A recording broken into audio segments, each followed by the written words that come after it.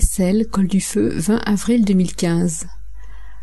En terminant le livre de Maître de Sirius 2, je me suis rendu compte qu'il y avait des derniers textes extraordinaires que je vous invite à lire, dont le presque tout dernier de Maître de Sirius. En fait, Maître de Sirius est le père de Christ et il ne s'est jamais incarné en homme, le Maître de Sirius. Il n'y a que Christ. Donc je vous le lis. L'essence divine en l'homme, les perspectives de la terre. L'homme n'a d'importance que dans son essence divine, son unité avec nous. Il représente l'ange grandi d'une force nouvelle, prenant les décisions et s'élevant par lui-même. Si l'on compare le pouvoir divin de l'ange et de l'homme divin, nous dirons que c'est l'élévation à la qualité de maître, au pouvoir supérieur plus grand, lui offrant des perspectives d'évolution jusque-là impossibles. C'est donc pour l'ange une chance.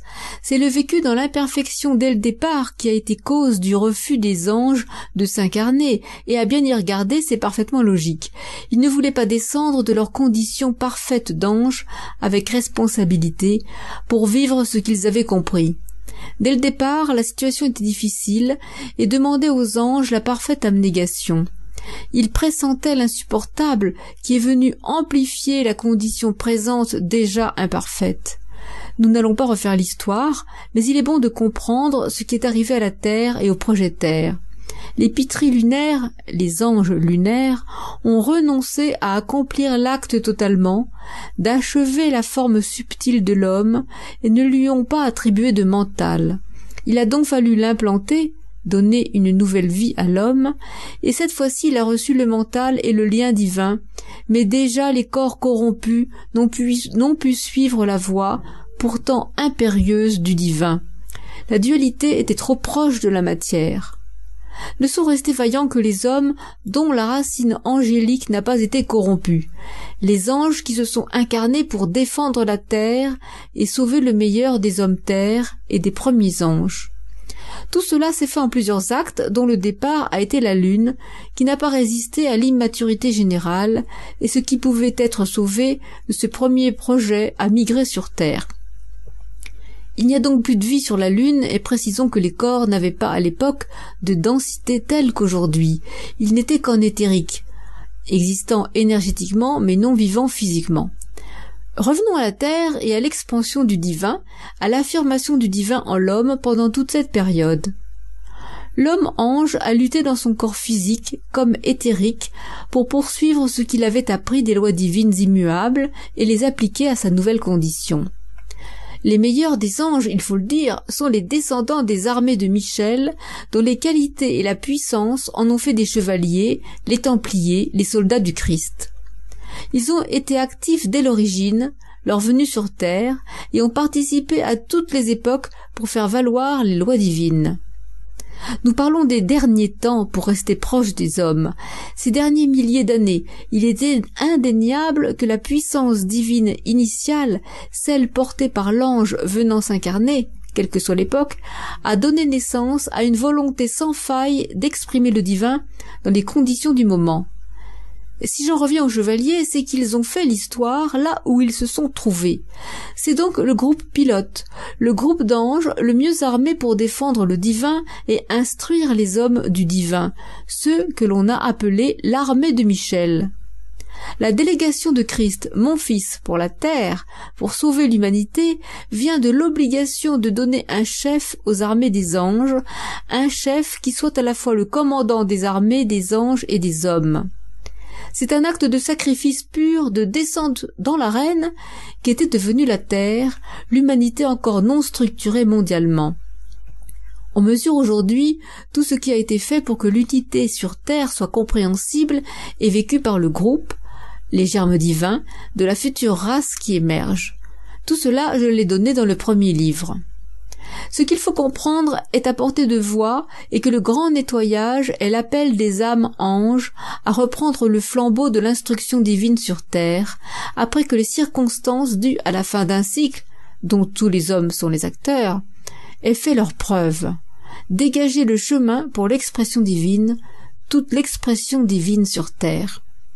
Il a fallu des milliers d'années pour en arriver là, pour la dernière phase, des millions depuis la venue des derniers anges, en soutien à Lucifer et ses anges, les anges des armées de Michel. Quel est le caractère des anges de Michel? Ils sont incorruptibles, vaillants. Ils ont fait don total d'eux-mêmes à Christ et se distinguent toujours par un tempérament guerrier, l'énergie du vainqueur. Il fallait cela pour vaincre l'adversité, et aujourd'hui encore, ils sont dans la lutte pour le bien sur terre. Les anges de Gabriel viennent en second dans leur puissance à imposer le plan. Ils sont les éveilleurs des hommes, le fruit de l'alliance des hommes et du divin, et non les lutteurs tels les anges de Michel. Ils sont ceux qui viennent après que la lutte engagée par les chevaliers anges soit triomphante. Ils sont toujours présents, mais leur efficacité dépend de leur pouvoir de transmettre. L'ange Gabriel a été délégué pour l'éveil, celui qui montre la direction. C'est pourquoi nous en revenons à l'ange Michel et ses armées, qui sont aujourd'hui les serviteurs du monde les plus actifs. Celui qui n'a pas la fibre chevaleresque ne peut appliquer les lois divines, ne peut triompher dans l'application de la loi.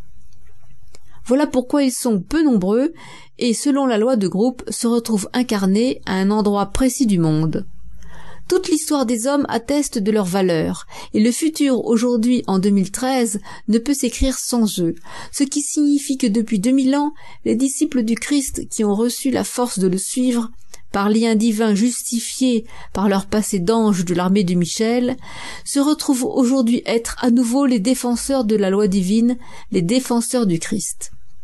L'histoire de France et d'Europe l'atteste. Chaque bataille pour le bien est de leur fait.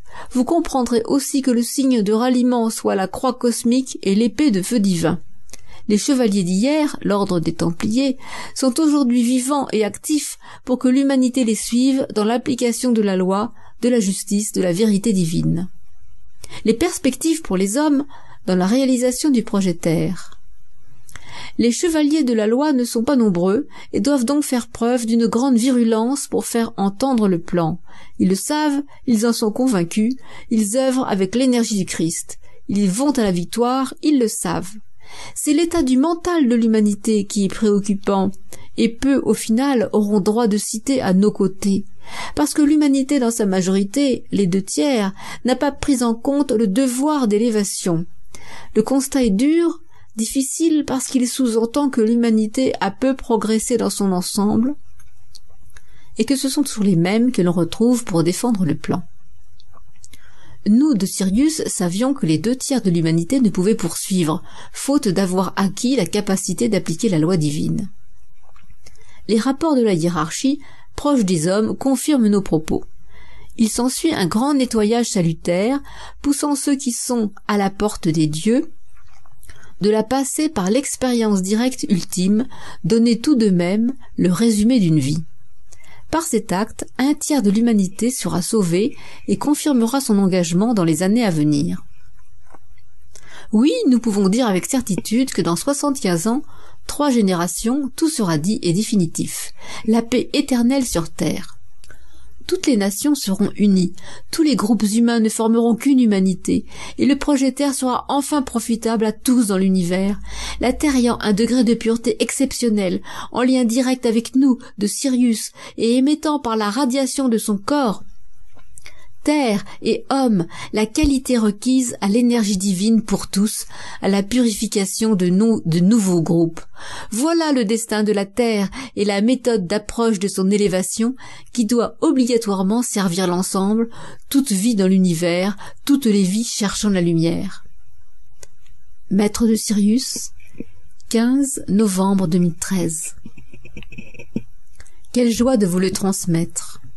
Il y a tellement d'autres messages importants à lire dans l'unité cosmique 1 et 2, que ma lecture n'est qu'une porte ouverte à votre propre acte de découverte et d'unité de l'énergie de Christ dans les écrits qui m'ont été transmis. Ma gratitude est infinie pour la hiérarchie, pour le Maître et le Seigneur de Sirius, qui ont tant donné pour que vous, humanité, vous mes frères, vous les chevaliers, vous puissiez ouvrir la porte du futur à l'humanité.